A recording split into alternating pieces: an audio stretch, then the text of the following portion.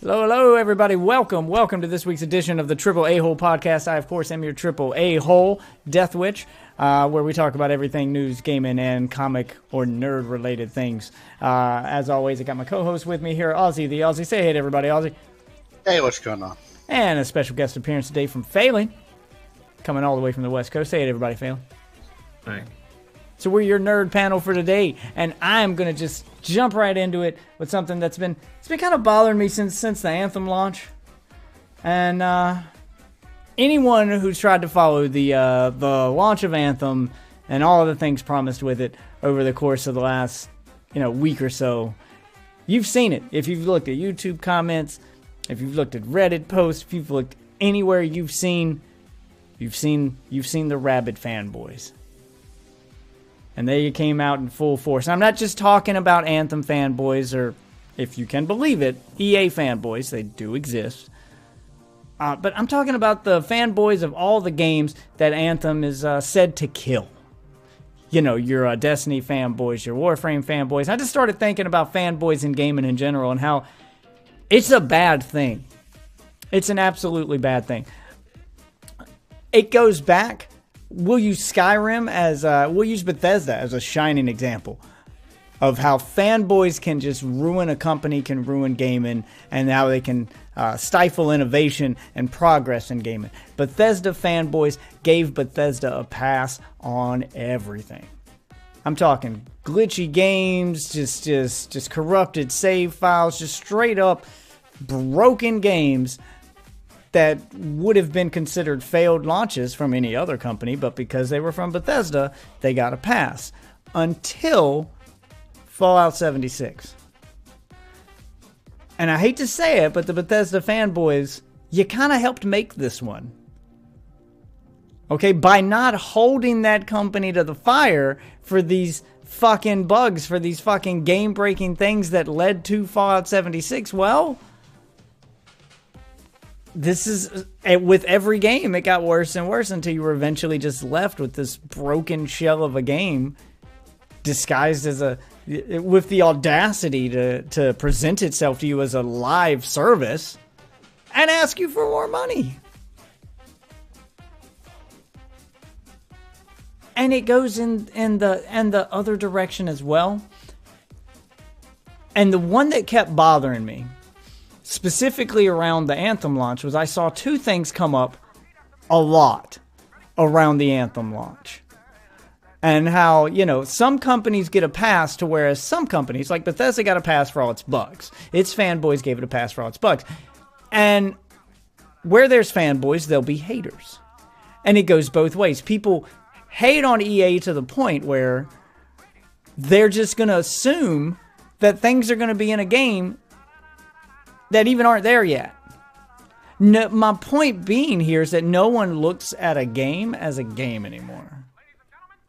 Yes, it's published by EA, and it should be taken as a grain of salt, but in its current state, we shouldn't be in the business of punishing a game for future crimes, just like we also shouldn't be in the business of giving a game credit for fixes on things it hasn't fixed yet. Like that pendulum swings both ways. And if we're not going to hold Bethesda to the fire for the things that it done, and we're giving it credit that, it'll fix it, then we, giving them a pass, then we shouldn't be holding EA accountable for future crimes for monetization it hasn't put in the game yet. And as of right now at launch, Anthem has little to no monetization. We all know that's going to change, but to what is what we don't know. So you can't hold something against them until it happens, is what I'm saying. Like, yes, they're going to add more monetization to Anthem, but you don't know what they're going to add. Right now they have all 4 things in the shop to buy, none of which anyone wants. And they seem to have little interest in their microtransaction store yet, as they've put almost no work into it. There's like one of each kind of item, and that's it. There's enough to basically be placeholder things to say, hey, this is what you can buy later, but the later hasn't come yet.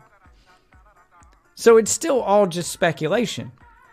But I've seen in Reddit posts, and I've seen in YouTube comments and forum threads, people jumping down Anthem's throat. There's a lot of things to criticize the game for, but monetization isn't one of them yet, is what I was getting at. And I'm trying to see, because these same things that these people complain about in one game, they'll give a pass to in another. And all that's changed between those two games is the company that makes it, the company that publishes it, whatever. And I started thinking, like, wow, this happens a lot. Like, Minecraft gets a pass for selling you things that if another game sold you, you would go nuts about. Warframe specifically gets a pass for a lot of things. Like, I started thinking about it, and Warframe is the title that is constantly used to compare to Destiny, to compare to Anthem, to compare to any looter shooter type game. And yes, it's free to play, and that does make somewhat of a difference. But when I thought about it, Warframe has committed every cardinal sin except loot boxes. Every cardinal sin that if Destiny did it, if Anthem did it, if any AAA publisher did it, it would be on the headline of every game and fucking news site on the fucking planet. It'd be the most downvoted, the most downvoted video on YouTube history. But when Warframe does it, no one seems to give a shit. I mean, we'll start with Diablo 3. What it did, because I remember I was arguing with somebody on Reddit about Warframe and its monetization system, and how I was just going over the parts of it I don't like. I don't think it's terrible, but there are parts that I don't like. I don't like that you can buy guns. I don't like that you can buy Warframes. I don't like that it's not just cosmetic, that they literally sell you things that affect gameplay. And I'm pointing that out, and people are just like, these fanboys are just coming at me. And one guy's like, yeah, but it doesn't really affect gameplay. You don't have to buy any of those. They're not related to power. You can't, it's all about the mods. You can't buy mods. And then I was like, but you can though.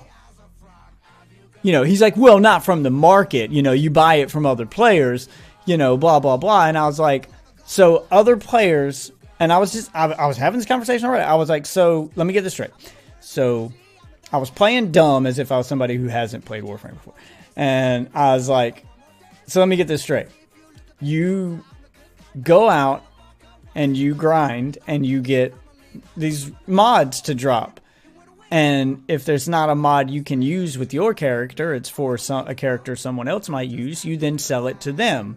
And you buy the ones you need for your character from someone else. And he goes, yeah. And I said, you just described Diablo 3's real money auction house. That is literally what you just described, and it is something Diablo got fucking crucified for when it launched. It's gone down in gaming history as one of the worst ideas. And Warframe still runs it to this day. There's entire websites dedicated to the selling of items from players to other players. It's literally Diablo 3's real money auction house. The only difference is you're not doing it from within game. You're doing it from a trading system that is within the game through a website. So you have to actively, be part of the community to use it. But anyone who's part of the community for longer than 5 minutes knows it exists. Okay, so cardinal sin number 1, you've got a real money auction house in your game. You have a community that's like, and everyone's like, well, you get the plat for free from other players. I was like, that's not the way that works, man. The plat had to come from somewhere. Somebody had to buy that plat at some point. It didn't just manifest itself in the fucking game. So, you guys are praising this game over and over again. Meanwhile, it's developers that listen to you that you also praise are laughing all the way to the fucking bank because you guys are just eating this shit up. All right, so cardinal sin number 1, you've got a real money auction house. Cardinal sin number 2, they straight up sell guns. Any other game sold guns, it is the thing you guys go nuts about. I mean, if we want to go back to the mods for a minute, touch on the mods, I forgot to mention this. That is the number one thing that that caused the controversy with Star Wars Battlefront 2. It didn't sell you guns, but it did sell the mods for your characters in those loot boxes. So you could straight up pay for power. You can do the same thing in Warframe. Now we go to guns. They straight up sell you guns.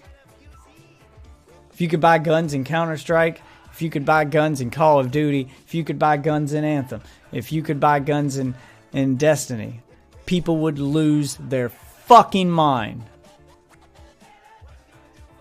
But it's fine in Warframe for some reason. I don't get it, but there it is. Cardinal sin number 3, you can straight up just buy characters. Just buy your Warframes. Skip the grind. And just buy the character you want. Hey, that character's super powerful and you don't feel like grinding it, just buy it. Spend money and buy it.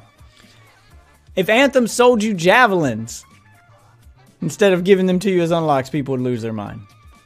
If Destiny sold you armor pieces instead of having you unlock them, sold you armor sets, people would lose their minds. Literally the same fucking concept here, but Warframe gets a pass on that one.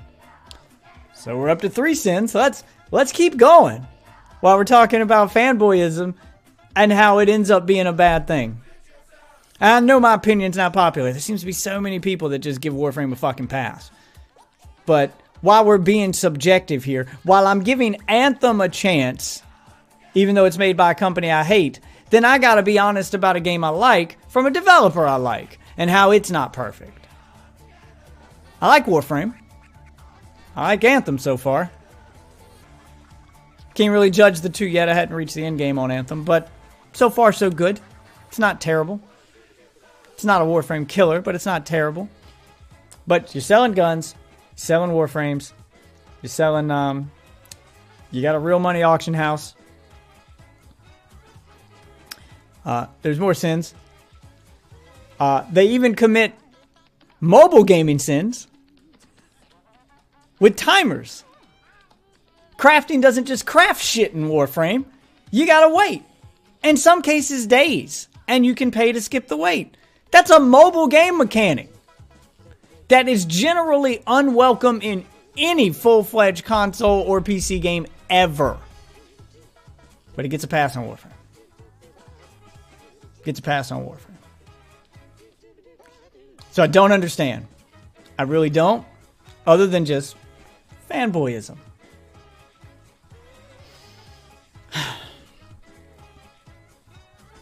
So I started thinking about it. Go ahead. I've got to say, it comes down to a level of not really fanboyism, but what it does right over what it does wrong. And what Warframe does right, basically allowing you to get everything in the game for free if you put in the time to grind and craft and all of that, outweighs what it does wrong, which is some of the stuff you're talking about. Well, all of the stuff I'm talking about, but it's a level of balance. I don't think that's it though, because it's not really balanced. Because I mean, it's balanced in the sense that yes, the majority of players get to something for free because of the way Warframe leeches off the whales. Again, if we go back to that in-game trading system, that plat has to come from somewhere. And while yes, the majority of your players are just going to trade for the plat, there are, that plat's coming from somewhere, and that somewhere is the whales who are just buying ass loads of plat for the sake of trading. So Warframe's leeching off the rich, and and it's helping the poor. Whether or not you consider that right is subjective. The timers, I feel, are just exploitative. I'll agree with that one. The buying guns and Warframes, it'd be different if it were just the whole crafting part of it. But then you still gotta if you could just craft the guns and not buy them, it would be different. Because then there's a grind even for the people who pay, and just make the grind fair. Have them as unlocks, but there's 100 other ways that you can do that would help keep the game, but I feel that affects the game's balance because it makes a lot of the guns just absolutely useless, and then you end up just looking up the game's meta, finding out what the best guns are, and then just buying them. And I feel that breaks a lot of the grind, the progression. But going back to what you said about it being the things it does right outweighing the things that it does wrong, I don't think that's the case here. because Diablo arguably has a much stronger fan base than Warframe did, especially at its launch. Back in the day, Diablo's fan base may not be what it is now because of their recent fuck-ups, but back at the launch of Diablo 3, Diablo's fan base was pretty fucking hardcore. I mean, these guys go back generations. But the thing that has to be raised with this, then, you're talking about the auction house in Diablo versus Warframe's system, is that it was actually shown that Diablo was manipulating the drop odds to actually make this viable, whereas Warframe isn't. Isn't proved yet, but it doesn't mean it's not happening. Because and I get your argument there. I've already had this one with several people on Reddit as well. All right, but my point was that Diablo did everything else right. That's the only thing it did wrong was the real money auction house, and it was enough to get the game crucified. It was just one bad thing. Warframe's doing a lot of things that you would consider bad if they were in another game, but you give them a pass. Like, how many passes do you get for doing some stuff right? And Warframe does a lot right. I'm not trying to take credit away from it, but I think that it overdoes it on that leeway it's given. I think it's a case of you gave it an inch and it took a mile. It just kept taking and taking. And no one's called it out on it yet. But do I think that they manipulate the drops? Because specifically for mods, that was the argument I was having with the guy about the mod system being similar to the real money auction house. And you get Riven mods drop all the time. I have yet to get a Riven mod for a gun I actually use or a Warframe I actually use. So, and the game knows how much I play as Rhino, and it knows how much I use the Arcaplasma. Yeah, except those are my two favorites. The Arcaplasma one that I gave you. Right, that I got from another player. I haven't had one drop for the character and the gun that I use. That's the exact same thing that Diablo was getting shit for, is that people weren't getting drops for the character they were using. So the game knows I'm using Rhino. I mean, it keeps my statistics. It knows that 90% of the time I play as Rhino, I'm using the Arcaplasma. And yet I never get drops for that Arcaplasma. I never get drops for the guns that I'm using, that I actively use the most. In fact, most of the drops I've gotten Riven-wise have been for guns I didn't even have unlocked yet. I didn't even have built yet. So this is the exact same thing that Diablo got shit for. So your argument is that because no one's gone into and proved that Warframe's doing it, it's fine? Because with the Rivens, I think that it's more there's a Riven for every gun. Mm-hmm. And from what I understand, every Riven for every gun has an equal chance to come out of whatever Riven you're pulling out. So 420 guns or something. Yeah, well, I mean, I know that's what they say, but the point was, like, the same thing was happening in Diablo. Because there's gear for every class, and when the game originally launched with the auction house, that was their reasoning. Every class it didn't matter what class you played, all gear had an even chance of dropping across the board for all classes. And people thought that was manipulative. Warframe's literally doing that exact same thing with its Riven system, and no one seems to give a shit. So they had to tweak the way that loot dropped in Diablo so that you got drops for the character you were using. More so than any other character. Because when the game originally launched, it was gear just dropped at random. It didn't matter what character it was, because they knew that if people got a drop for a character they didn't want, they'd just sell it. So they didn't bother to balance it. And that's exactly what Warframe's done. It hasn't bothered to balance it and say, well, this guy's that the more you use a gun, the higher the chance of you getting a drop for that gun. Is the way it should work. So that if I've been playing for a year with the Arcaplasma, which at this point I have, that at some point in that year I should have gotten one drop for the Arcaplasma. Should have gotten something. Instead of forcing me to, buy plat. Well, or trade with another player for plat. So. It would be a balance thing that they'd have to go in and code and track everyone's usage of every gun. It's a lot of work as a developer, but Yeah, but they already do that, so it's not a whole lot of work. But and then to rebalance the drop rods for drop rate to every single player depending on what they're using. Yeah, it's a simple numbers game. All they would have to do is make it so that every time you use this gun, your chance of getting a drop for that gun, for the ribbon for that gun, increase by 0.01%. So that the more you use it, the higher it goes up, until eventually. And then when you do get a drop for that gun, it resets to 0. It's a simple math game. It wouldn't be that hard to program, in all honesty. When you stop thinking about it as a game and you start thinking about it as just numbers, that's all it is. It's just numbers. That's all these RNG systems are, just numbers. So making it so that, because the game tracks how much I've used the Archiplasma anyway. If all you do is tack a percentage onto that for my drop rate, done. It's not that hard. And then when I get the drop, have it reset to 0. Pretty easy. Pretty easy.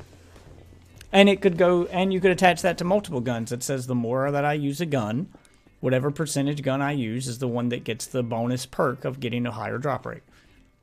And the more I use it, the higher the drop rate until I get a drop. And then once I get my drop, it resets to 0. And then I could work on a different gun, It would make the grind easier, but it would kill their trade economy. And that's why they don't do it. Because, again, the trade economy isn't about the average player. Because you're right, the average player uses that trade economy for free. Their trade economy and the way they exploit it is for the whales. Because all that frame. Yeah, because all that plat in the trade in the trade economy has to come from somewhere. And it's coming from those perfect ribbon for that perfect gun. And that's exactly where it's coming from. And that's why they don't try to balance it. What Warframe does is actually genius, but its community doesn't call it on its shit, and that's my problem with the community. Because what they do is genius in a lot of respects, in that they walk the line, in that they do just enough to not get called out, and they give back just enough to save face, and they kind of walk the line. So they give you just enough to make you feel like you're getting somewhere for free, but it costs just enough that the whales will go crazy and they can make their profit. They give just enough for free players to feel fair, but they dangle that carrot in front of the players with money just enough to get them to pay.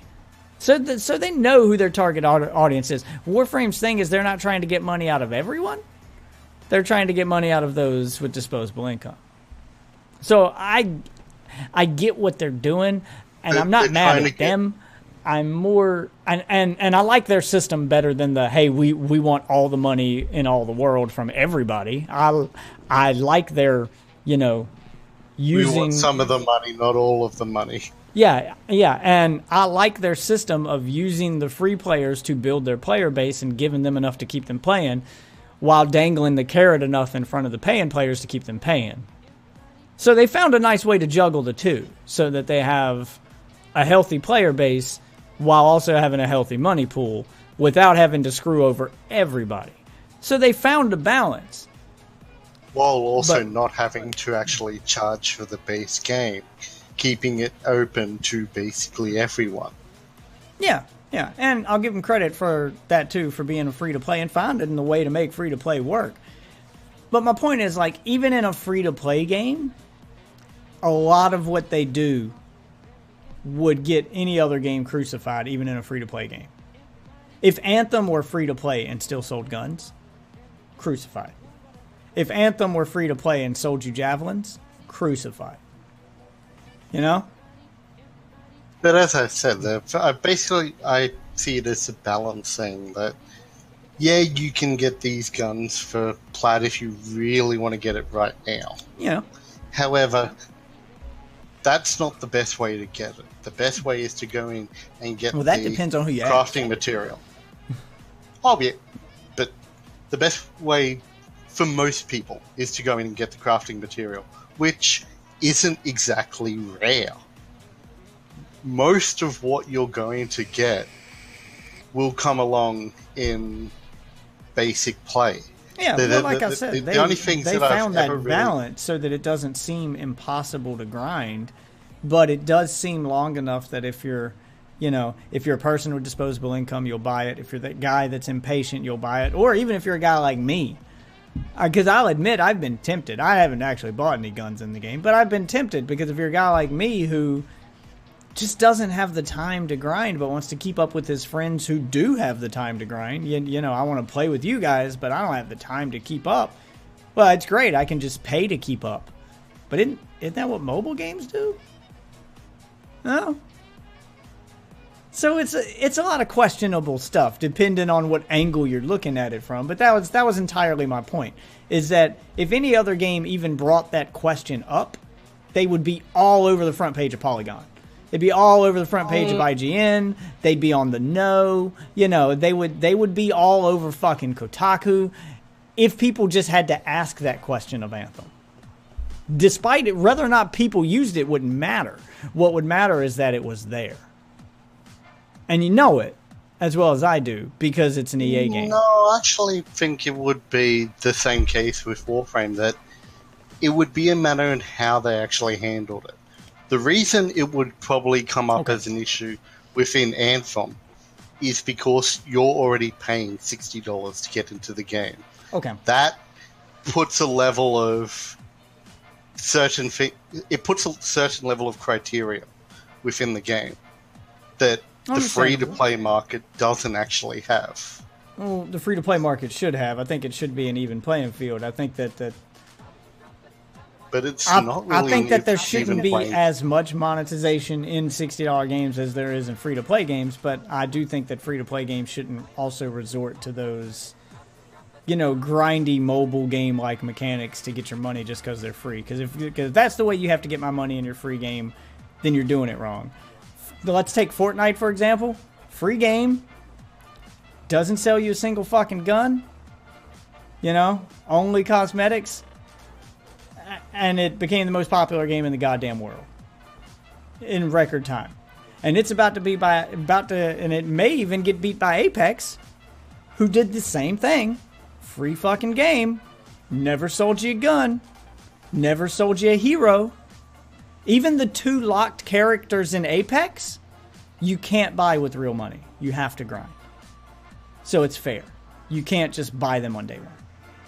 Yes, you can. You can? Yeah. Okay, well.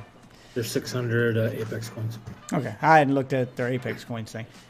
But could you imagine if Fortnite sold guns and then had a crafting system for said guns as their way to justify it? That would actually break the entire game in itself, because the whole objective of Fortnite is to actually go in and find the gun on the ground.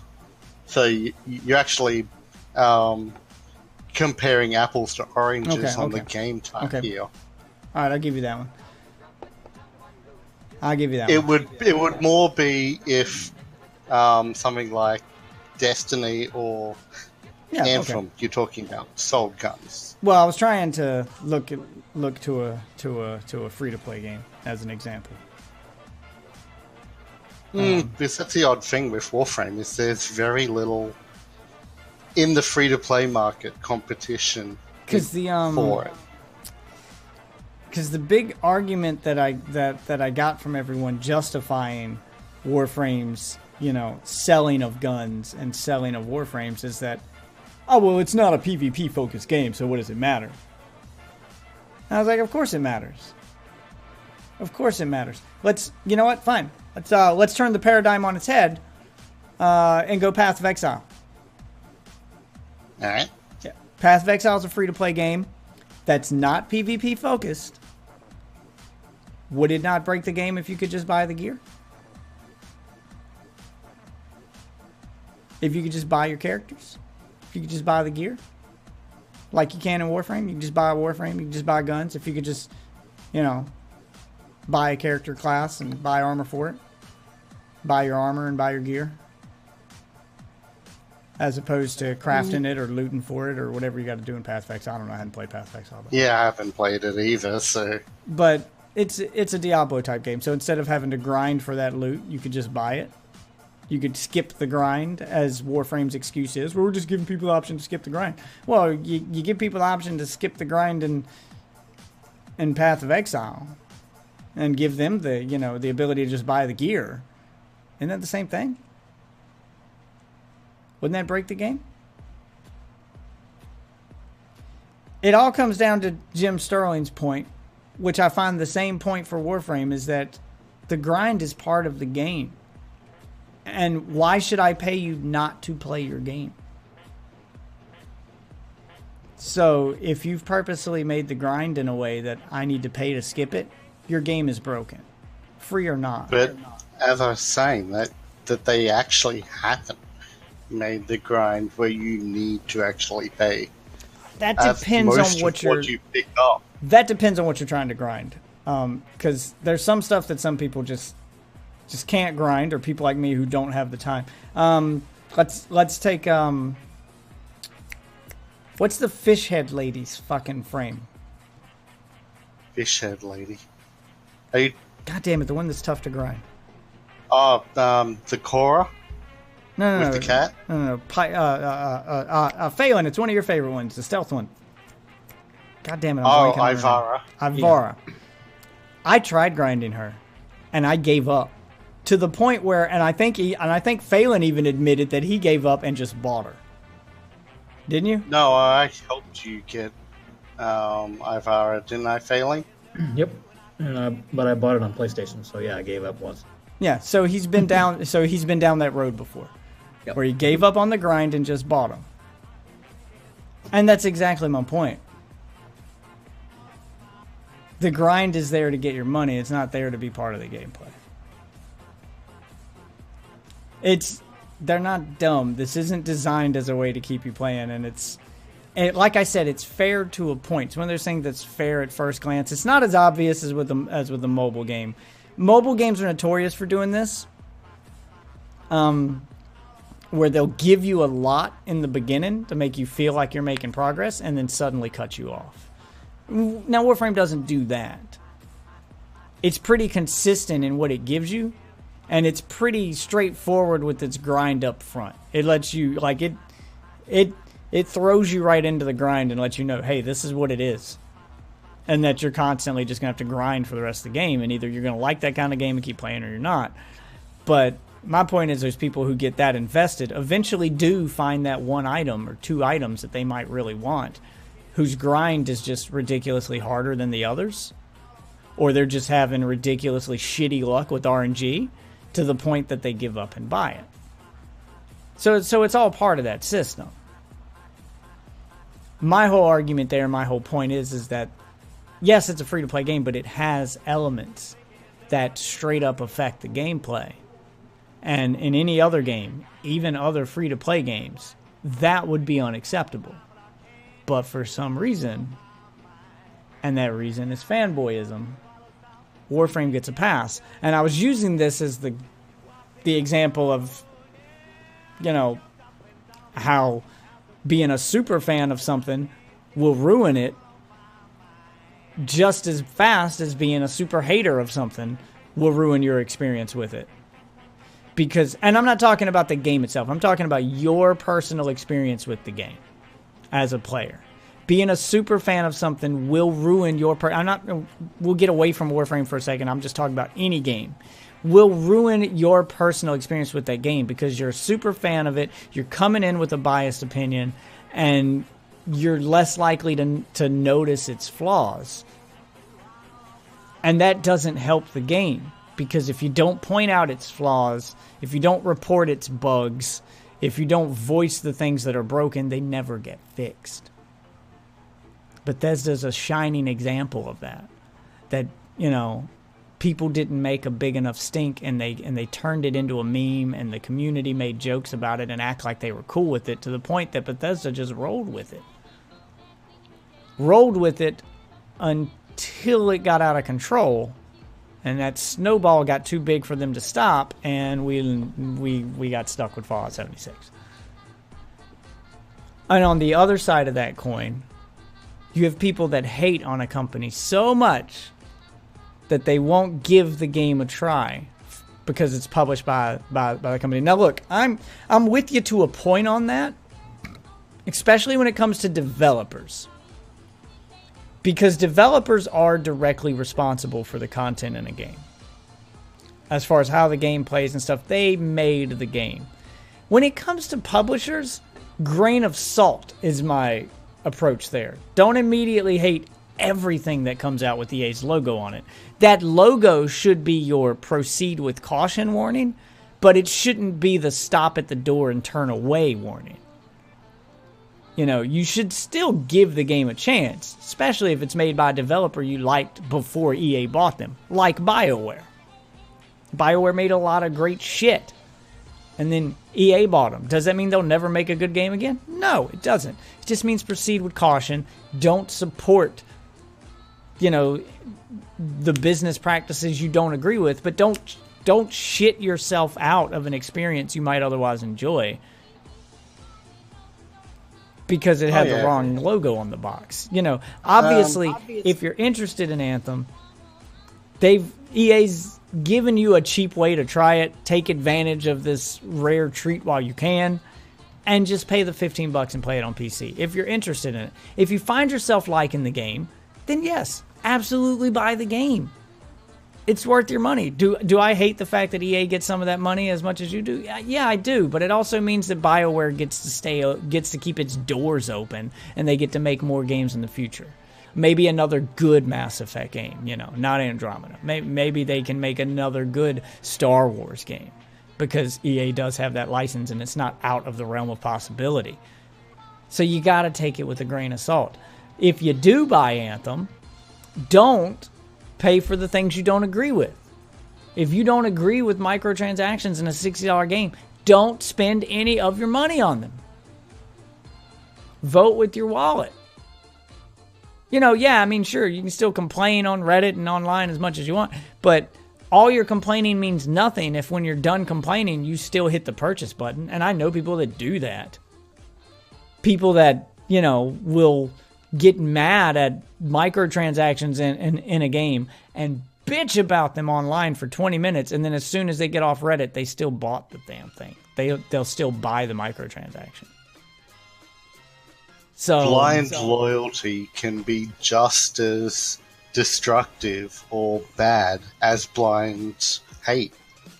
Yeah, so it goes both ways, and I was just trying to bring that out because I was getting irritated at the fact that I was seeing these arguments on Reddit, just this constant comparing Anthem to Warframe, Anthem to Warframe, and Anthem to Warframe, and there's just so much hate going EA's way, and I was just not trying to defend Electronic Arts here, but let's not be the pot calling the kettle black at the same time. I was just trying to keep the argument fair and going, but Warframe's doing a lot of the shit you guys are mad at EA for. So I'm just trying to understand where this argument's going. I was just trying to be the voice of reason there. That the same things they were yelling at why you should boycott EA over are the same things that Warframe's done it. You know, selling mods, even though they're indirectly selling them. You know, real money auction house, selling guns, selling, selling Warframes, etc. Selling, yeah, they didn't do loot boxes, but selling anything other than cosmetic items, basically, because that's all these people kept shouting was how microtransactions should just be cosmetic only. Cosmetic only, cosmetic only, cosmetic only. Doesn't matter if it's free to play or $60, cosmetic only. If it affects the gameplay, it's wrong. Oh, that was where these arguments are going. So that's all. That's where I was going with that, and just telling you to take a step back. I know you guys get worked up. Just save them for the. Just set those feelings aside for a minute, and try to look at the game as just a game. Pretend you're a soccer mom standing in a GameStop for 2 seconds and you know nothing about the world of gaming, and you're just looking at the game itself. And that's it. And that's it.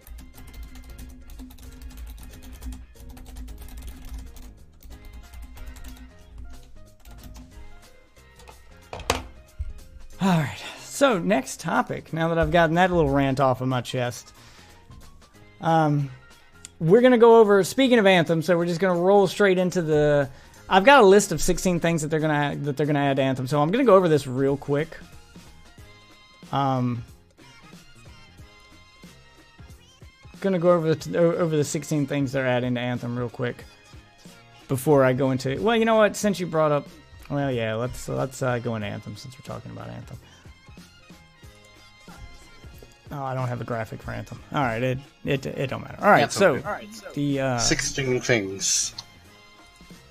All right, so things getting added to Anthem, 16 features that won't be in at launch, and things they're adding after launch. So a lot of the things that people complain about is the fact that each Javelin only has one ultimate.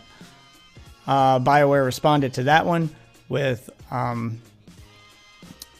a person on Twitter asked, are there ever going to be an option to swap ultimates for a Javelin, or is that kind of set in stone?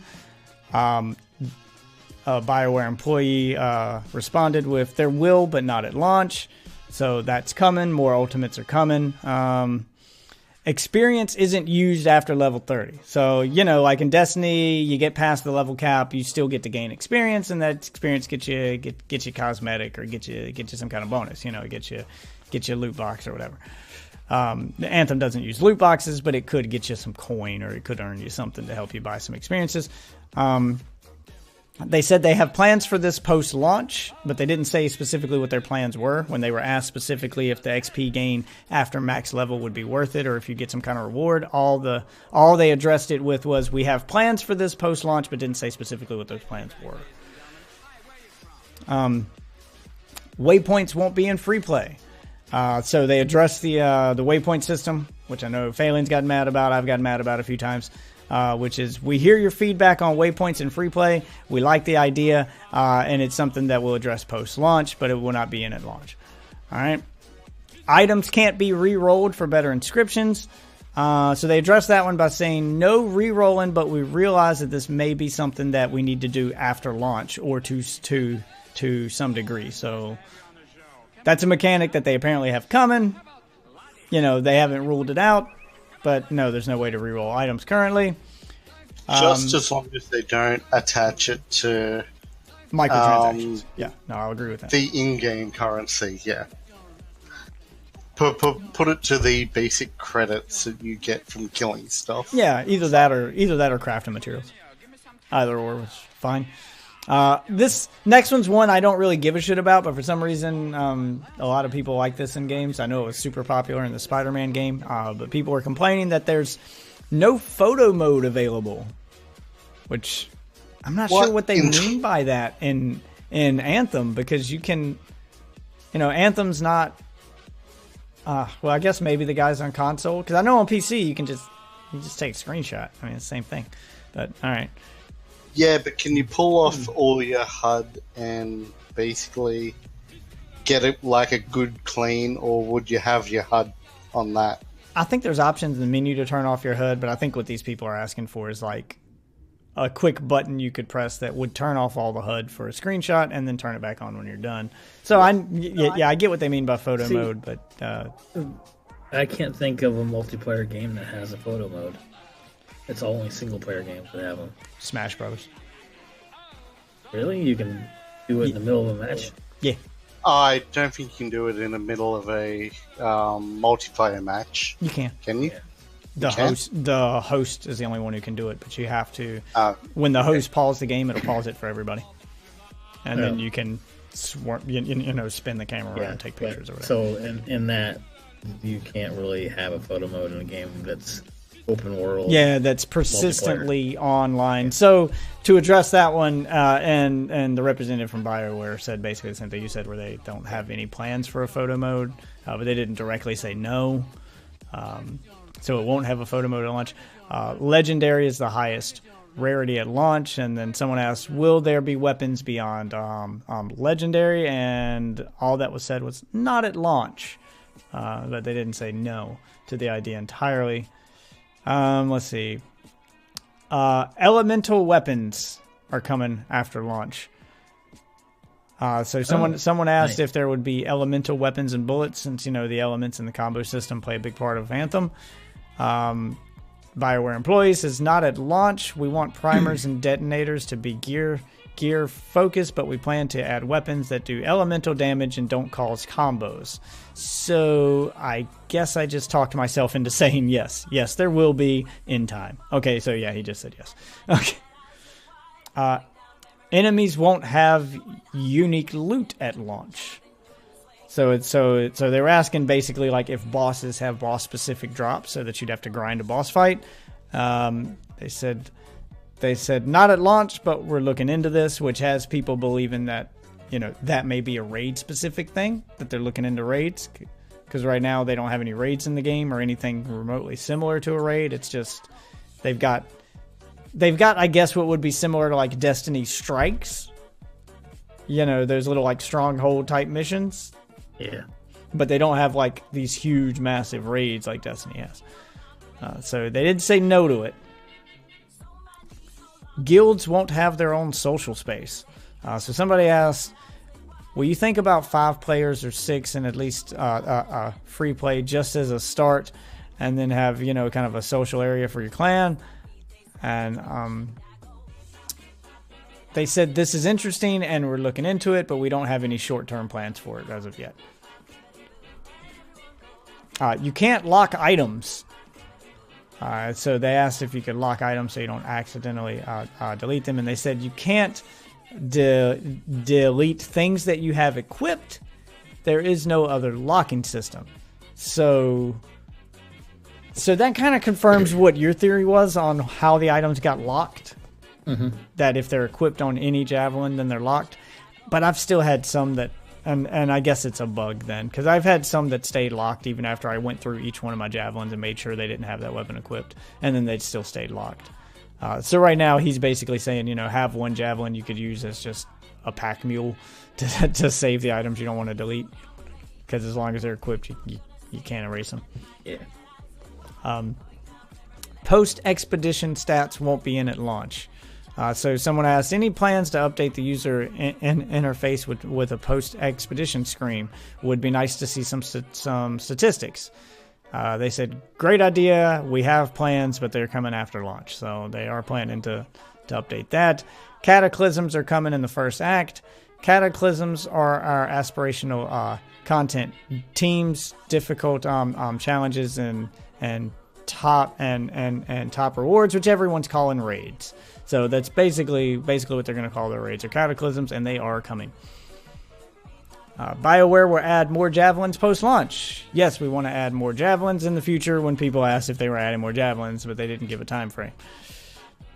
No ability to customize small aspects of the javelin at launch. So people are asking about customization and colors and how, you know, the current system has it just change certain parts, but you can't customize individual, like make one leg one color, etc., etc. In case someone wanted to build a Buzz Lightyear. Yeah, thank you. Thank you. That's all I wanted. So they said not at launch, but we're looking into some of these changes. So they do want to add more customization options. I just noticed that your Colossus is the same color scheme as Fanboy up there. Thank you. I try. Maybe he's Fanboy then. When do you think the PvP system will be in the game? No PvP at launch, but it is coming. So all those people who are arguing that Anthem isn't a PvP-focused game, well, that argument went out the window, didn't it? And number 16, you can't use different melee weapons at launch. So you just have the one melee attack. So people are asking about melee weapons, specifically comparing it to Warframe, to which BioWare responded on Twitter with, we have melee weapons, swappable ones coming, but they're not available at launch.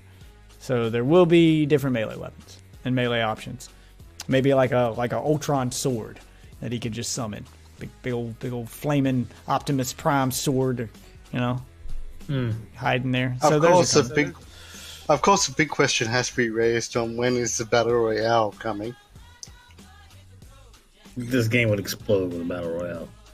Like, the engine could not handle 8 people, let alone 99. Depends on how they did it. I'll argue that. This game couldn't do it. I mean, that's why they only let 4 people on free play. Since you brought this one up earlier, I'm gonna. Oh, good God, that's big. Okay, I need to resize this. Since you brought it up earlier there, Ozzy, we're going to make it another topic of the podcast. Probably the last topic, because we only got about 10 minutes here, and I still got to take some viewer and email comments. But Carlton, Fresh Prince of Bel-Air, sued Fortnite, as everyone knows at this point, for stealing his dance. And the government tells Carlton dances can't be copyrighted. An application refused in December. The video game company has had its lawsuit dismissed. So, according to the U.S. Copyright Office, the ruling was filed in one of 2 lawsuits that actor Alfonso Ribeiro, or whatever his name is, has brought against video game makers who created Fortnite, and they perform his dance, The Carlton, which was popularized on the sitcom The Fresh Prince of Bel-Air. Take-Two, the parent company of 2K Sports, whose NBA 2K had a rip-off dance move referred to as So Fresh that mimics his dance and included that determined in the motion for dismissal. He also sued Epic Games, makers of Fortnite. A court is not bound by the determination, but will likely take it into consideration. He sought copyright registration for the Carlton and the 2 violations on December the 14th.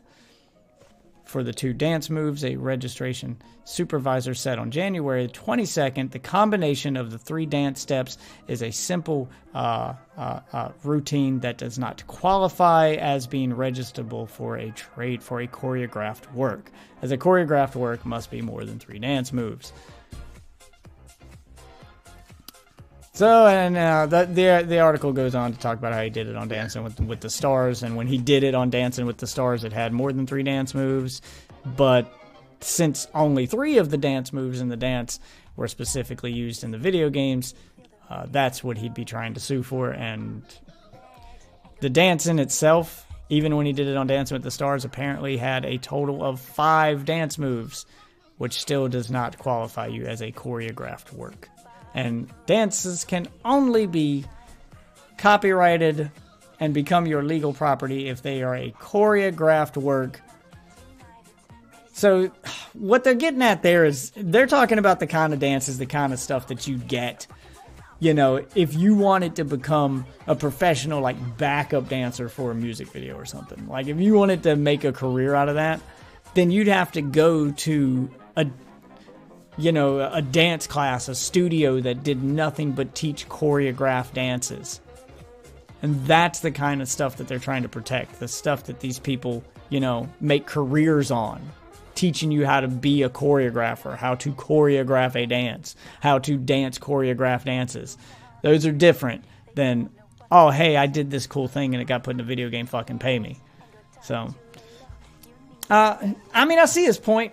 His dance is definitely recognizable as him to the point that it has his fucking name in it, The Carlton. But it is simple. Lots of people have the thing that they're known for, but it doesn't mean that you can trademark it. I'll even compare it to streamers, since you guys are watching a stream right now, or video if you're watching the video broadcast of the podcast on YouTube, or maybe you've got me in your ear hole, in which case, use your imagination. The point is, if we're going to compare it to streamers, this would be the equivalent of Ninja trademarking the headband so no other streamer could wear a headband. Or Dr. Disrespect saying no other streamer could have a mustache. Those are simple things that anyone could have, even though it's the thing that they're known for. I got a couple quick comments. Basically, the rule is that the more complex something is, the easier it is to trademark. Because basically, the more complex something is, it's more you. Yeah, it has to be your creation. Right, and that's basically what this is about, is that this is something that, trademarks are for stuff you invented. That's what they were originally made for. So it has to be something that no one had done before you. That no one, that you made your own. And even his dance itself is composed of 3 other dances from 3 other people. So, you know, there's no part of that that's his other than the fact that he put them together in that order, you know. So, but anyways, throwing this back to the Twitch chat, and let me pull up my email here real quick, see what kind of comments we got. Not much going on in Twitch, just a bunch of people begging for my attention, in which case we are taking those comments now, guys. So those of you guys who are begging for attention, taco, chicken flavored, yeah, all you guys, hey, I do see you. I did see your comments. I don't interrupt the podcast for comments until the very end. So I wasn't ignoring you. We're just in the middle of a live recording, so that's why I didn't want to break the flow of the podcast. So throwing it to the comments now, I do got some emails here. So I got one from someone who wishes to remain anonymous, but says, what do you think the likelihood is that Apex Legends will kill Fortnite? And if you do think so, how quickly can it happen? So I'm guessing this guy isn't a fan of Fortnite. I don't think Apex Legends is going to kill Fortnite. I'll be honest with you. I don't think it's going to kill it. Serious competition, but not kill it. Yeah, and I think that's healthy. Competition's healthy. I think what it's going to do is it's going to fragment the market, which was kind of being done already, but PUBG was kind of a bad place for the other side to go. So basically you had two places for people to go. There was the younger crowd that enjoyed the building, that enjoyed the Minecraft and the cartoonish look, the younger crowd, and then you had your older, more serious crowd who don't want to play with those kids anyway. The kids migrated towards Fortnite, which helped to make it the most popular game in the world. And I think the reason that happened is there's more serious players. Your professional players, your adult gamers who don't want to play with those kids anyway, who could give a shit about building but want a good, solid, shooter, really had nowhere else to go. PUBG was a buggy mess. It was decent but not great, and it was too slow paced for some people. So then your fast pace option was Fortnite, and then came Blackout, which was okay. I actually enjoyed it. I did like Blackout, but it was still not what those people were looking for. It wasn't as fast-paced as Fortnite, and it had balancing issues. And a $60 entry fee. Yes, and a $60 entry fee, which was another bad part of it. But it mainly had... I think the main thing that killed it was balancing issues. A good comparison to this would basically, in my opinion, be Path of Exile didn't actually kill Diablo. Yeah. They've both taken a seat and have basically split the pie, but neither one of them have actually stabbed the other one in the eye and taken the entire pie. Yeah, so that's what I think is going to happen here, is that your kids and your less hardcore battle royalers are going to go to Fortnite, and they're going to enjoy the cosmetics, they're going to enjoy the memes, they're going to enjoy the building and just the casual fun, and your hardcore guys are going to go towards Apex because it does have the free entry fee, but I don't think that's what made it more popular than Call of Duty's Blackout mode, to be completely honest with you. The $60 entry fee for Blackout wouldn't be worth it if you were only paying for Blackout, but since you're also getting zombies in the regular multiplayer mode, and you're getting all that other stuff, it's justifiable, is what I'm saying. And it has gone on sale several times since launch. It would be even more justifiable. It would be even more justifiable if it had an actual campaign mode. Now, interestingly enough, there is talk of Blackout going free to play. Just the Blackout mode. Is that they may make the Blackout mode just free to play. And then, you only pay for the game if you want the multiplayer and the zombies mode. So, and I think Apex Legends took most of Call of Duty's players and just scared the shit out of them. But what really, I think, really drove more people towards Apex and away from Fortnite, aside from the building, and what was able to pull those people away from PUBG and pull them away from Blackout is that game is so fucking well balanced. It's ridiculous. Not a single character in that. I haven't found a single gun or character in that game that feels useless.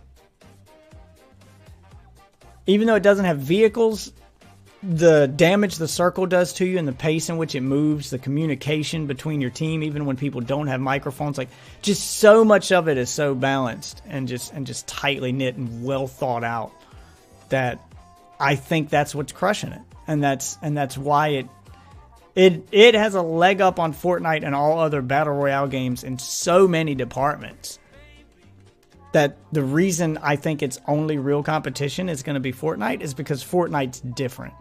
It has a leg up on Fortnite in that the guns feel more balanced.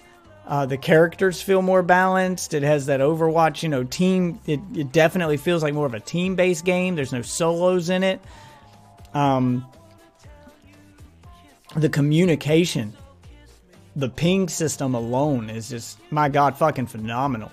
The waypoints, the pings, the way you can communicate without even needing to, pull out your microphone and talk and yell at these kids. It just, everything comes together so cohesively that you feel you can just communicate with your team perfectly, even if you all don't speak the same language. Like, they even found a way to break the language barrier. Because if I ping something, then it's going to tell that guy who may be playing with a Spanish version of the game, or, a Portuguese version of the game, or, a German version of the game. It's going to tell him in his language. My character is going to speak in his language to tell him what I'm looking at and where I want him to go. Like, they even found a way to break the language barrier.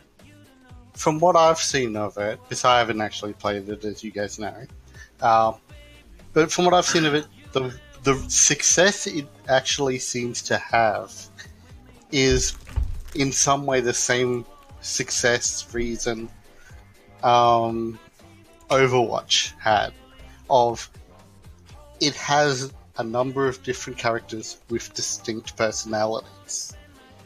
And that's where it's going to get its gravitational to. That helps. Whereas, I think it's mostly due to the gameplay, if we're being honest. Yeah. Like, I know you haven't played it yet, but that gameplay is absolutely fucking phenomenal. I've seen the gameplay. It is solid. It's solid.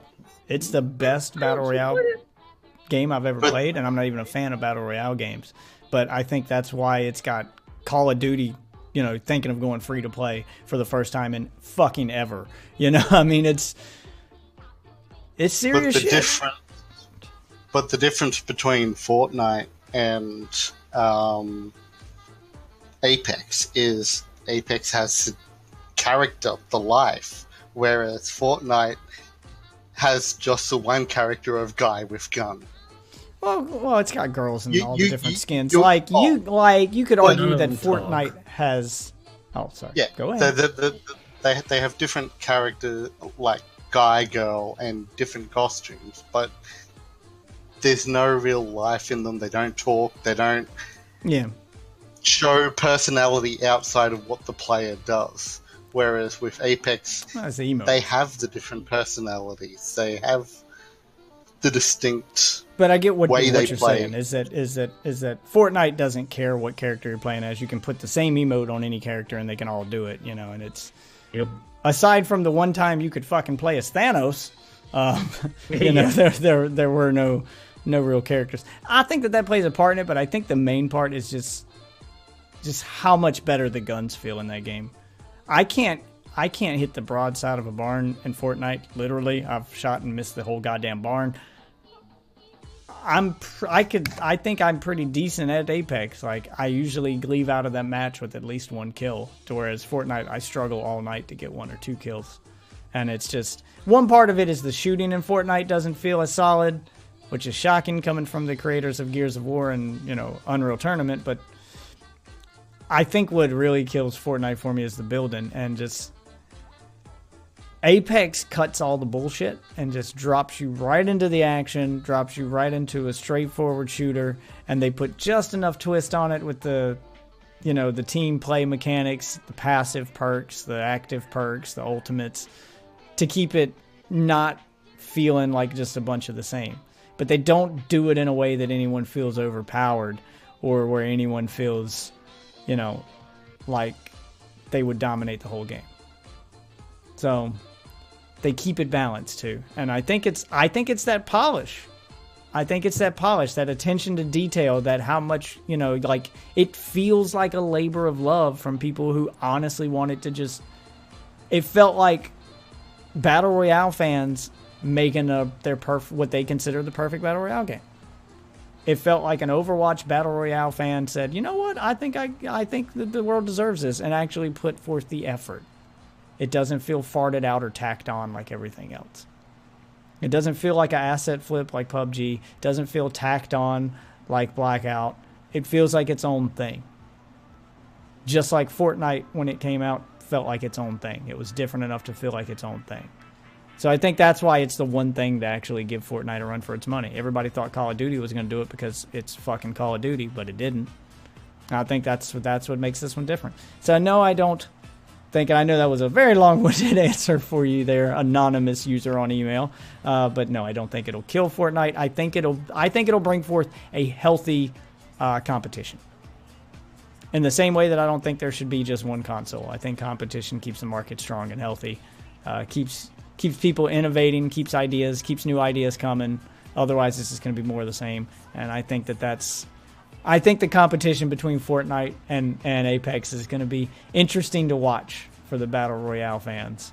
I'm not a huge Battle Royale fan, so I'll sit on the sidelines, grab my bucket of popcorn, and watch this one. But I am curious to see where it goes. Especially since Overwatch isn't going to be much of a threat anymore because Activision Blizzard's killing their esports department. So, and also competition keeps things, we'll say, fair for the customer. When there's no competition, companies can basically go, yeah, well, we're the only game in town. We can do what we like, and you'll just pay. They can get lazy, so to speak. But anyway, I think that'll do it for this week, guys. I think we've covered everything. Yeah. Kind of a slow week for gaming news, but I did have enough arguments on Reddit and Twitter that I found some stuff to get off my chest this week in this week's episode of AAA-Hole Podcast. So I wasn't as big a AAA-Hole this week as usual. Which is a good thing. Maybe it means the industry's learning from itself. I am about to jump into some Anthem, so those of you who are watching live on stream, stick around, and I'll be happy to answer your questions about Anthem. For those of you who are listening or watching on YouTube, check me out. I stream every night starting at midnight, and we do these podcast recordings on Monday. I know you guys are getting them on Wednesday if you're watching on YouTube or listening on SoundCloud, but we do it every Monday. Is when we record these live, and the rest of the week we just play video games. I'm doing Anthem all this month until my 1 month subscription to EA Access expires, and I decide if I want to buy it or not. But if you're curious about Anthem, you're sitting on the fence, or hey, I've said some stuff that made you angry, and you want to come get it off your chest and give me a piece of your mind, that's fine. Pop by and tell me. Twitch.tv/Deathwitch, YouTube Deathwitch. I'm not that hard to find. For now, though, we're going to call it. So thank you guys for listening. Thank you for watching on YouTube. Thank you for being part of the AAA-Hole Podcast, and we will see you guys next week. Say bye to everybody. All the Phelan. Goodbye, guys. See you guys. See you.